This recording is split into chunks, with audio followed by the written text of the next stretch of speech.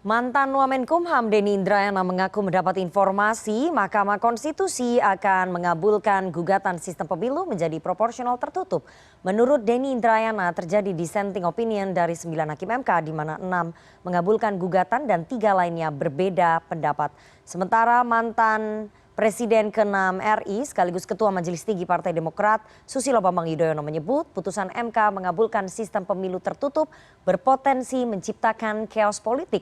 Mengingat tahapan pemilu pendaftaran caleg sudah berjalan. Ada apa di balik bocornya putusan MK tentang sistem pemilu? Sore ini kita akan membahasnya dengan narasumber yang bergabung melalui sambungan Zoom. Ada Wasekjen PDI Perjuangan Arief Wibowo. Selamat sore Mas Arief. Selamat sore Rifana. Ada Kepala Bakomstra Partai Demokrat Herzaki Mahendra Putra. Selamat sore Mas Zaki. Ya, selamat sore Mbak Rifana, Pak Arief dan juga Mas Zainal. Dan pakar hukum tata negara UGM Zainal Arifin Mohtar. Selamat sore Mas Uceng. Selamat sore Mbak. Oke, saya mau ke Demokrat dulu. Hari ini saya dengar tadi media juga sudah menyiarkan ya, ada 8 fraksi di DPR yang menggelar konferensi pers begitu ya, untuk menyampaikan sikap secara terbuka menolak sistem proporsional tertutup dan tetap berpegang pada sistem proporsional terbuka. Ini langkah konkretnya dari 8 fraksi ini apa ke depannya, Mas Zaki? Termasuk Demokrat. Ya, terima kasih Mbak Rifana. Kalau bicara mengenai langkah konkret ya, kita sudah lakukan secara jalur hukum. Kita sudah mengirimkan saksi-saksi ya pada saat sidang-sidang sebelum ini yang telah selesai. Dan katanya akan diambil keputusan dalam minggu-minggu ini. Akan diambil kesimpulan ya oleh para hakim MK. Itulah langkah konkret. Nah kemudian mengapa hari ini kami ada pertemuan lagi dari 8 fraksi ini ingin menegaskan kembali. Karena bagaimanapun kan kita tahu ya kalau misalnya bicara mengenai proporsional terbuka dan tertutup. Bagi kami jika kita kembali ke tertutup ini sama saja kembali ke era Orde Baru. Saat partai dan elit memiliki kekuasaan yang jauh lebih besar. Ya, sedangkan di proporsional terbuka ini menurut kami, ini kan namanya diskurs ya. Seperti tadi disampaikan oleh Pak Bambang Pacul ya, Pak Arief Wibowo ya. Jadi ya ini bagi kami malah proporsional terbuka ini bisa memberikan ruang yang lebih luas bagi rakyat, bisa memilih langsung siapa nih di antara calon-calon yang disodorkan oleh partai. Dan juga tentu anggota atau caleg ini akan bisa lebih dekat dengan rakyat karena mereka semua sama-sama akan berjuang dan bertarung ini ya ke semua caleg mau nomor urut berapapun itu. Itu yang kami lihat sehingga edukasi politik lebih baik gitu. Gimana? Mas Zaki, tapi langkah konkretnya dari 8 fraksi yang tadi sudah menyampaikan sikap secara terbuka menolak sistem tertutup ini apa? Langkah politiknya apa? Apakah akan melakukan audiensi dengan MK? Sebetulnya itu tidak bisa dilakukan ya karena ada independensi MK dan ini tinggal RPH, rapat pemusyawaratan hakim atau apa? Ya sampai dengan saat ini inilah langkah terakhir yang bisa kami sampaikan untuk bantu mengingatkan juga. Katakanlah meskipun nanti Bang Uceng ya yang lebih memahami dari sisi hukumnya. Katakanlah ini setiap putusan MK ini kan mengkoreksi undang-undang yang dirasa ya ada konstitusi kita yang dilanggar. Nah pertanyaan besar kami ini kalau misalnya mau dikembalikan ke proporsional tertutup, ini pasal mana nih dari konstitusi kita yang dilanggar? Yang kedua, kalau dirasa bahwa ini ada hak konstitusional yang terganggu, ya ini kan seharusnya partai politik nih yang merasa terganggu dengan sistem proporsional terbuka karena keputusan sebagian diambil oleh rakyat. Ya kan, menentukan 1 sampai 8 katakan ada 8 caleg. Kan kalau sistem proporsional tertutup kan totally murni di rakyat di partai ini gitu. Rakyat memilih partai saja dan partai menentukan siapa caleg yang akan masuk ke dalam parlemen gitu. Meskipun ada nomor urutnya nih kita bicara. Nah, disinilah kemudian menjadi pertanyaan besar. 8 fraksi yang seharusnya katanya bisa terganggu hak konstitusionalnya, malah merasa dengan sistem proporsional terbuka ini tidak merasa terganggu. Jadi ada apa kalau misalnya katakanlah keputusan sebaliknya yang diambil gitu. Itu aja kalau dari kami, tapi kalau sisi hukum silakan nanti Bang Uceng lah. Iya, nanti sisi hukum saya akan tanya ke Bang Uceng. Tapi saya akan lebih dalam dulu karena Pak SBY, Presiden ke-6 Republik Indonesia sampai men-tweet ya, mengatakan bahwa implikasi putusan MK soal sistem pemilu tertutup akan membuat chaos politik. Ini maksudnya apa? Apa yang chaos nih? Ya sebenarnya, ya kalau kita bicara mengenai chaos itu, Pak SBY sendiri sudah bahasa yang sangat soft ya, sangat halus karena beliau menggunakan tanda petik gitu. Pemerintah sendiri berarti Presiden Joko Widodo waktu itu yang diwakili oleh di pengadilan ini malah menyampaikan bahasanya lebih terang benderang, akan menimbulkan gejolak sosial politik. Nah gitu, itu bahasanya juga udah terang benderang gitu. Oke. Kalau misalnya dikembalikan ke sistem proporsional tertutup. Mengapa reformasi tahun 98 ya, koreksi kami Bang Uceng jika saya salah ya, itu ingin agar ada kedaulatan yang lebih besar di rakyat gitu dibandingkan Jadi di kalangan chaosnya di elit. mana Kita nih tahu Mas era Orde Zaky? Baru Chaosnya di mana? itu sama saja memilih kucing dalam karung. Ya, tentu Chaosnya akan rakyat yang seperti tadi apa? berharap bisa menentukan siapa di antara. Ya chaosnya tadi dalam konteks misalnya rakyat yang ingin menentukan pilihannya, lalu kemudian tidak bisa nih teramputasi, itu satu. Yang kedua, kalau kita bicara mengenai caleg-caleg yang tadi sudah sangat Oke. bersemangat, bergerak turun ke lapangan semuanya, ya lagi-lagi ini kali ini tinggal hanya nomor 1 atau nomor 2 saja nih. Ya kalau yang ketiga, kalau masalah KPU atau apa itu Komisi 2 lah ya kan, ada Bang Arief di sini, nanti kalau saya Oke. masuk ke ranahnya KPU atau Bawaslu, Bang Arief lebih bisa Baik. menjawab. Tapi ini yang kami lihat ya, lagi-lagi ini yang menggunjang nih, ada apa nih sebenarnya? Tadi secara psikologis 8 fraksi, 8 partai sudah menyampaikan sikap, ya kan, tidak ada hak konstitusional yang terganggu. Lalu ada apa nih? Hak Oke. konstitusi siapa nih yang terganggu sebenarnya? Oke. Saya mau ke PDI Perjuangan. Mas Arief, apakah kemudian partai Anda merasa jika MK memutuskan soal sistem pemilu tertutup di tengah tahapan pemilu ataupun DCS ini sudah berjalan akan menciptakan chaos politik? Tadi menurut Demokrat, menurut Mas Zaky, sistem pemilu tertutup ini kembali ke zaman Orde Baru. Ya, ini soal pemikiran politik ya. Selalu ada yang tidak cocok Orde Baru. Kita bisa urai secara panjang kali lebar, secara mendalam ya. Justru di Orde Baru yang kita paling musuhi karena sistemnya tidak memberikan ruang kebebasan bagi rakyat untuk menentukan hak politiknya, maka dulu dikenal dengan floating mass atau massa mengambang. Itulah yang kita perangi. Nah, caranya adalah di dalam konstitusi kita ditegakkan kembali tentang pemilu diikuti oleh partai politik ya, bukan oleh orang pro, oleh partai politik.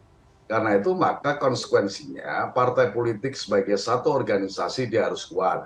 Kalau partai politik sebagai organisasi kuat, maka dia harus berikhtiar sepenuhnya untuk menguatkan partai identity. Ya, hubungannya antara rakyat dengan partai. Nah, karena itu memang berkonsekuensi logis kepada satu sistem yang itu menjadi instrumen untuk melaksanakan demokrasi kita. Apa sistem itu? Sistem pemilu. Nah, kami Partai Demokrasi Indonesia Perjuangan berpandangan, ini pemikiran politik kami, yang kompatibel, yang sesuai, yang cocok dengan itu adalah sistem proporsional daftar tertutup.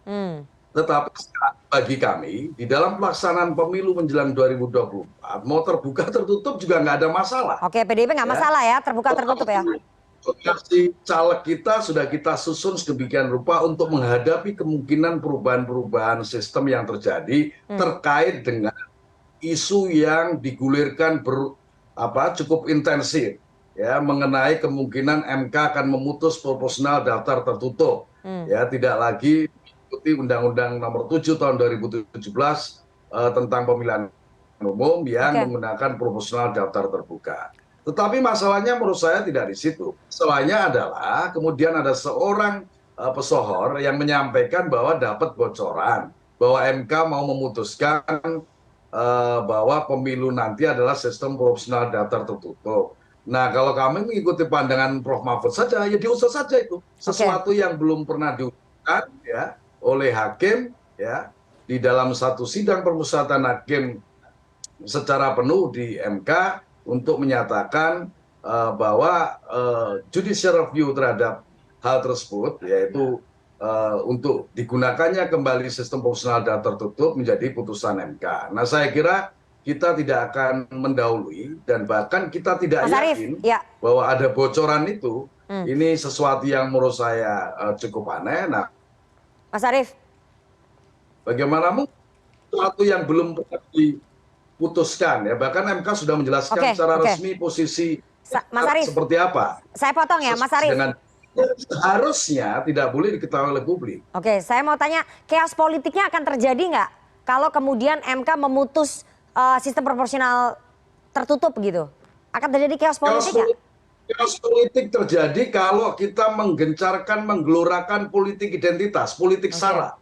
Oke, jadi nggak akan terjadi ya, meskipun Ya, tahapan kalau ini pemilu kan sudah dimulai. lihat saja. Oke. Dan dulu juga pada tahun 2009 menjelang pemilu 2009 juga ada kemudian putusan MK yang menyatakan bahwa caleg terpilih berdasarkan suara terbanyak. Enggak ada orang berkelahi Oke. konflik horizontal dan sifatnya masif, Ya, ya. situasi yang biasa. Nah, kita mesti bedakan kemungkinan praktek dan perkembangan pemikiran politik yang menurut Oke, saya baik. sebagai satu itu boleh-boleh saja dan saya kira ini akan memperkaya pergulatan pemikiran politik bangsa ini. Baik, saya mau ke Bang Ucek. Bang Ucek, kalau menurut PDI Perjuangan itu tidak ada masalah karena memang mereka sudah menyiapkan ya sesuai dengan aturan main yang ada. Dan kalau berkaca sebelumnya tahun 2008 MK ini bulan Desember 2008 saya masih ingat betul. MK memutus soal sistem pemilu 4 bulan sebelum pemilu legislatif di 2009 dan tidak ada chaos politik. Jadi kalau sekarang MK memutus berbeda, apakah akan memicu chaos politik seperti yang dikhawatirkan Pak SBY tadi, Bang Uceng? Iya, yang pertama begini ya, tolong dibaca baik-baik putusan MK. Jadi putusan MK itu tidak mengubah proporsional tertutup menjadi proporsional terbuka. Karena di Undang-Undang 12 2003 kita sudah relatif menggunakan proporsional terbuka. Oke. Walaupun relatif tertutup. Kenapa? Karena yang dipersoalkan di tahun 2008 itu soal penentuan kursi dengan menggunakan BPP. Itu aja. Jadi cuma satu tahapan untuk penentuan menggunakan BPP untuk siapa yang mendapatkan partai mendapatkan kursi mendapatkan BPP itu kemudian itu yang dipersoalkan. Jadi sebenarnya kita sudah secara gradual itu menggunakan proporsional terbuka. Oke. Ya, walaupun di 12 2003 kita masih relatively close. Tapi dia sudah terbuka sebenarnya, cuman karena ada pemilihan penggunaan kursi tahapannya itu kemudian ada yang masih menggunakan BPP di mana caleg yang menduduki kursi itu mendapatkan sejumlah suara berdasarkan kuota BPP. Jadi 2008 itu tidak mengubah. Tidak mengubah, hanya mengubah sedikit sekali dari konsep. Itu sebabnya 4 bulan saya kira nggak ada masalah. Nah sekarang ini agak berbeda. Karena sekarang tahapan pemilu sudah dimulai, orang sudah membayangkan dalam konsep terbuka dan sebagainya. Dan semua tahapan yang dimulai dari awal itu sudah dimulai dengan konsep terbuka. Nah ketika diubah di ujung jalan, ya potensinya memang menjadi agak riuh. Kenapa? Karena mengubah dari kesediaan, kesiapan, bahkan pendaftaran orang yang merasanya, jadi kalau orang-orang, mohon maaf nih Mbak, kalau saya misalnya orang-orang yang tidak punya kedudukan di partai dan lain-lain sebagainya, lalu kemudian mendaftar, merasa bahwa saya bisa karena saya populer, tapi begitu diubah menjadi tertutup, saya kan kemudian kemungkinan kehilangan. Karena kalah dengan elit partai ya? Kalah dengan elit partai dan lain-lain sebagainya. Itu yang dimaksud kemungkinan untuk adanya kisruh. Satu. Yang kedua begini, di dalam Undang-Undang Dasar pasal 22E memang menyebutkan bahwa peserta pemilu legislatif itu adalah partai politik. Nah, tolong dibaca perumusan pasal itu. Karena di perumusan pasal itu, peserta partai politik itu tidak pernah dimaksudkan proporsional tertutup. Nggak ada. Nggak ada. Waktu itu pembicaraannya soal ya proporsional. Ada varian, tapi tidak ada pembicaraan soal itu pasti proporsional tertutup. Itu seingat saya. Ya, saya buka risalah dan pembacaan saya tidak ada kaitannya. Nah, artinya apa? Proporsional tertutup ataupun proporsional terbuka itu adalah sistem pemilu yang dipakai di semua negara. Bisa tertutup, bisa terbuka. Jadi isu konstitusionalitasnya itu minim. Nah, kalau isu konstitusionalitasnya minim, maka ada dua pertanyaan. Kalau dia minim, kenapa penting untuk diubah ke tertutup atau terbuka? Dulu alasan MK, ya biarkan rakyat yang menilai. Dan itu menurut saya menarik, gitu ya. Nah, tapi kalau sekarang mau dibalikkan lagi ke proporsional tertutup, ya pertanyaannya pasti itu. Ya, apa sebenarnya yang dilanggar? Karena dua-duanya konstitusional. Dua-duanya konstitusional. Dua-duanya adalah sistem yang dipakai di semua negara. Dan itu kelihatannya berlawanan dengan MK sendiri yang selalu membahasakan model-model begini itu adalah open legal policy. Open legal policy, Jadi yang model-model begini lalu menyatakan open legal policy. Nah, Kalau hari ini tiba-tiba MK berubah dari open legal policy lalu kemudian masuk dan menentukan sistem pemilihan dan menyatakan ada satu sistem pemilihan yang lebih benar, nah itu memang bisa perdebatannya menjadi panjang. Oke, artinya MK tidak boleh masuk terlalu dalam ke sistem pemilunya karena itu bukan kewenangan MK. Kewenangannya adalah di pembuat undang-undang, begitu ya Mas Uceng ya, kalau bisa saya simpulkan. Oke, jadi Mas Zaky, kalau nanti MK memutuskan sistem proporsional tertutup, artinya MK masuk terlalu dalam, berubah dari open legal policy, apakah itu memunculkan kekhawatiran bahwa memang MK tersusupi oleh kepentingan politik tertentu, Mas Zaky? Itu biarkan masyarakat saja yang menilai, Mbak. Itu Demokrat merasanya gimana?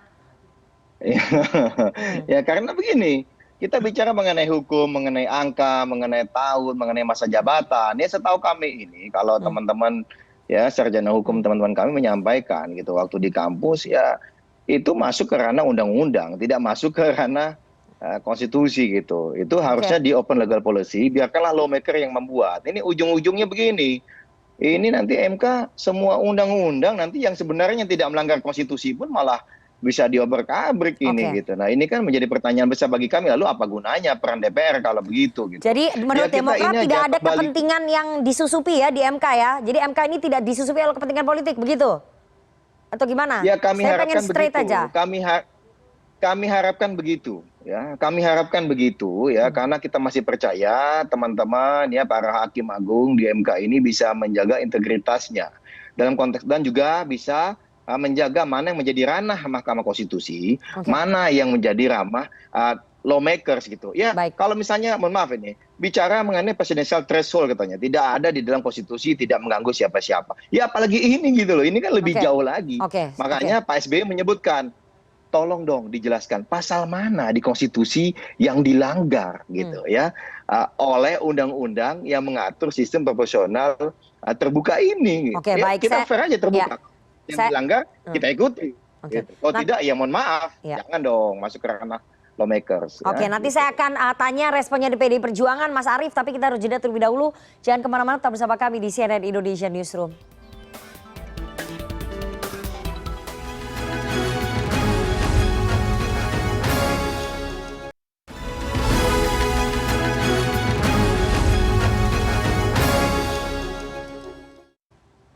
Terima kasih Anda masih bersama kami di CNN Indonesia Newsroom dan kita akan lanjutkan perbincangan kita dengan narasumber. Ada pakar hukum tata negara UGM Zainal Arifin Mohtar, Wasekjen PDI Perjuangan Arief Wibowo dan juga Kepala Bakomstra Partai Demokrat Herzaki Mahendra Putra. Saya mau ke PDIP. Mas Arief, tadi sudah dikatakan ya bahwa sistem terbuka ataupun tertutup itu sebetulnya dua-duanya tidak melanggar konstitusi begitu ya. Lalu kenapa harus dirubah? Bagaimana kemudian PDI Perjuangan menjawab ini? Lah kita memang kalau dari sisi konstitusi itu memang munculnya dua wacana itu ya. Kalau ditanya soal diskursus pemikiran politik tafsir atas konstitusi, kami menafsirkannya proporsional tertutup yang kompatibel dengan konstitusi. Tapi kalau ada yang tafsir terbuka juga nggak apa-apa ya. Nah ini kita mau bicarakan apa? Ini kan soal MK yang gosipnya, isunya adalah mau memutus sistem pemilu kita berubah dari terbuka dan tertutup. Kalau ditanya ke PDI Perjuangan, ya kami cocok. Tapi kalau terbuka, ya kita akan ikuti juga. Jadi tidak ada problem soal itu. Maka kita mau mendiskusikan, memperbincangkan, mempergulatkan gagasan politik apa soal sistem pemilu terbuka atau tertutup. Kalau soal diskursusnya, pandangan kami tidak pernah berubah. Kami konsisten. Kami percaya sistem proporsional daftar tertutup. Dan kami bisa jelaskan yang seperti apa di dalam praktek tentang proporsional daftar tertutup ala Indonesia yang berkesesuaian dengan kebutuhan demokrasi kita. Nah masalahnya dengan gosip dan isu politik yang seperti itu, menurut hemat saya biasa-biasa saja, biarkan lembaga peradilannya namanya Mahkamah Konstitusi memutuskan ya. Kalau ada suka atau tidak suka, kecewa tidak kecewa, kita juga bisa punya pandangan. Suatu saat putusan kita tidak sesuai dengan kalau dianggap satu kepentingan praktis Partai Demokrasi Indonesia Perjuangan, suatu saat juga berkesesuaian. Itu sesuatu yang normal biasa saja. Jadi nggak perlu heboh, nggak perlu galau, apalagi melebih-lebihkan. menurut saya yang akan mengakibatkan chaotic ya, political chaos adalah itu tadi politisasi SARA, menggelorakan politik kita berbasis suku, agama, ras dan antar golongan yang seharusnya dihindarkan karena kita mengabdi kepada kepentingan nasional, integrasi nasional sebagai harga mati. Saya kira itu. Oke, Mas Uceng, chaos politiknya yang dikhawatirkan karena ada gosip politik, kemudian isu politik ini, chaos politik yang dimaksud berujung pada penundaan pemilu ini. Jadi kalau misalnya nanti MK memutuskan ini menjadi sistem pemilu, sistem proporsional tertutup, ini kan harus revisi undang-undang, waktunya nggak cukup. Nah nanti kemudian timbul jalan menuju ke penundaan pemilu, itu bisa dimaknai seperti itu nggak sih Mas Uceng? Ya persis sebenarnya salah satu isu, saya ingin menceritakan begini, kenapa ini menjadi heboh, salah satunya itu sebenarnya. Salah satunya adalah karena dianggap dengan mengubah sistem ini, itu sangat mungkin menyandra penyelenggara, menyandra beberapa peraturan, sehingga kemudian tidak bisa terlaksana pemilu, dan ada kemudian menuju ke arah penundaan. Plus yang kedua, karena orang banyak khawatir dengan kiprah Mahkamah Konstitusi kan, yang belakangan itu tidak menunjukkan sikap yang sangat luar biasa, tapi menunjukkan sikap yang malah berlawanan dengan semangat demokrasi, dan kadang-kadang tiba-tiba putusannya aneh. Saya kasih satu saja putusan misalnya yang paling terakhir, yaitu putusan soal perpanjangan masa jabatan. Di situ kan aneh betul. Kita yang belajar hukum rasanya tidak mendapatkan perspektif hukum yang memadai dan benar, bahkan melihatnya ini kayak di karang-karang aja gitu, sekedar untuk menegasikan yang namanya open legal policy yang biasanya ditentukan oleh MK sendiri. MK itu kan sudah lebih 32 putusan yang bicara soal open legal policy, dan di situ sebenarnya sudah terbangun pakem-pakemnya open legal policy, tapi tiba-tiba di putusan KPK perpanjangan itu 4 menjadi 5 dan 50, itu seakan-akan diterabas semua gitu. Nah itu barangkali yang membuat khawatir, sehingga kalau rumor soal putusan MK kan saya kira banyak sekali kita dengar. Ya itu beredar lah di elit dan juga di wartawan. Ya Mas Uceng, betul, beredar di elit dan juga di wartawan sebetulnya. Persis. Saya bahkan rumor-rumor wartawan sudah bicara, ada yang bilang 45, ada yang bilang 6, udah banyak. Nah mungkin Mas Denny percaya dengan orang yang ceritain dia kan, lalu kemudian dia menyampaikan itu dengan semangat advokatif, jangan dong MK mutus karena bahaya gitu. Itu soalan lain, itu soalan yang bisa kita pikirkan berikutnya. Tapi saya kira dua faktor itu, karena kemungkinan pemilu proporsional terbuka tertutup ini bisa menyandra proses pemilu, plus karena MK-nya sendiri agak macam-macam, gitu loh. Jadi kalau rumor-rumornya, rumor always has it. Rumor memang punya yang begitu-begituan gitu dari dulu. Dan saya kira benar atau tidaknya kita tinggal buktikan saja kan putusan MK nanti seperti apa. Jadi perubahan ini bisa menyandera penyelenggara pemilu yang menciptakan chaos politik berujung pada penundaan. Itu Demokrat juga menyadari itu nggak? Yang dimaksud chaos politik maksudnya penundaan pemilu, Mas Zaky? Ya itu adalah salah satu hal yang kita khawatirkan. Meskipun pihak lain mungkin sampaikan, tidak mungkin lah. Tapi namanya Pak SBY, beliau sebagai seorang negarawan, guru bangsa, presiden 2 periode, wajar saja jika menyampaikan early warning gitu loh ya. Early warning bagaimanapun berupaya untuk mencegah hal-hal yang tidak diinginkan yang bisa membuat demokrasi kita mundur kembali ke masa lalu. Karena bagaimanapun di era Pak Jokowi kan tentu berupaya bisa semakin progresif nih, melanjutkan apa yang di era Habibie, Gus Dur, Bu Mega dan Pak SBY. Kan itu harapan kita. Nah namanya early warning ya silakan gitu ya, ini harus menjadi pembelajaran kita bersama, ada sinyal-sinyal yang ditangkap dan kita berharap itu yang tidak terjadi. Ya sah-sah saja lah namanya. Maksudnya berarti chaos politik ini ujungnya penundaan pemilu begitu? Langsung aja Mas Zaky. Ya itu salah satunya. Itu salah satunya yang kita tidak inginkan terjadi. Tapi kalau memang kita sama-sama menjaga bahwa ini tidak terjadi ya akan sangat baik. Ya namanya guru bangsa wajar saja kalau mengingatkan kita semua. Sebagai bentuk early warning system agar kita alert nih.